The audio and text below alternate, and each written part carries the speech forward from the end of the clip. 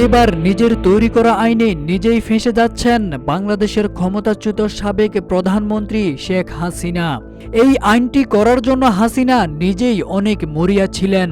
এমনকি এই আইনের মাধ্যমেই ভারত শেখ মুজিবুর রহমানের 2 খুনিকে বাংলাদেশে ফেরত পাঠিয়েছে।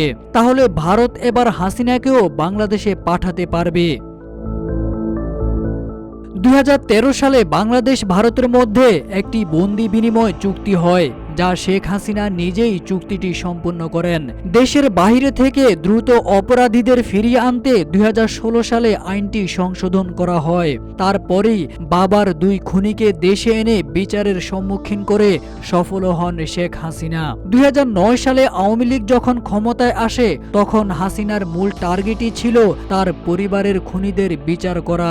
কিন্তু এখন প্রশ্ন হলো, তাহলে ভারত হাসিনাকে বাংলাদেশে ফেরত পাঠাতে কেন এত গড়িমসি করছে? আইন বিশেষজ্ঞরা বলছেন, এই আইনটি সাবেক প্রধানমন্ত্রী শেখ হাসিনা নিজেই তৈরি করেছিলেন, যাতে যুদ্ধাপরাধীদের বিচার ও দণ্ড কার্যকর করার ক্ষেত্রে সুবিধা হয়। তবে এই আইনটি এখন তার বিপক্ষে গিয়ে দাঁড়িয়েছে।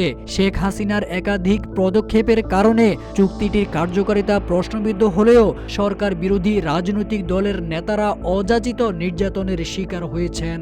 এই আইনের অপব্যবহার গণতন্ত্রের জন্য চরম হুমকি হয়ে দাঁড়িয়েছিল গত 17 বছরে। এদিকে বন্দি বিনিময় চুক্তির আওতায় শেখ হাসিনাকে দেশে ফিরিয়ে আনতে প্রয়োজনীয় কাগজপত্র দিল্লিকে পাঠিয়েছে ঢাকা। রাজনৈতিক এবং কূটনৈতিক উভয় সিদ্ধান্তেই এই কূটনৈতিক পত্র ভারতে পাঠানো হয়। বৃহস্পতিবার এক ব্রিফিংয়ে পররাষ্ট্র মন্ত্রণালয়ের মুখপাত্র মোহাম্মদ রফিকুল আলম এই তথ্য নিশ্চিত করেছেন। জাতিসংঘের ফ্যাক্ট ফাইন্ডিং রিপোর্টকে স্বাগত জানিয়ে রফিকুল আলম বলেন, প্রতিবেদনটি যে কোনো মানুষের বিবেকে নাড়া দিবে। প্রতিবেশী দেশ ভারতও সেই বিষয়টি আমলে নিয়ে হাসিনাকে ফেরত পাঠাতে বাংলাদেশকে সহযোগিতা করবে বলে আশা প্রকাশ করেন মুখপাত্র। তবে এই বিষয়ে ভারত এখনো কোনো উত্তর দেয়নি বলে জানান রফিকুল আলম। এছাড়া দিল্লিতে বাংলাদেশ হাই কমিশনার নিয়োগের বিষয়টিও প্রক্রিয়াধীন রয়েছে বলে জানান তিনি। তারেক আজিজ খান, রূপালী বাংলাদেশ।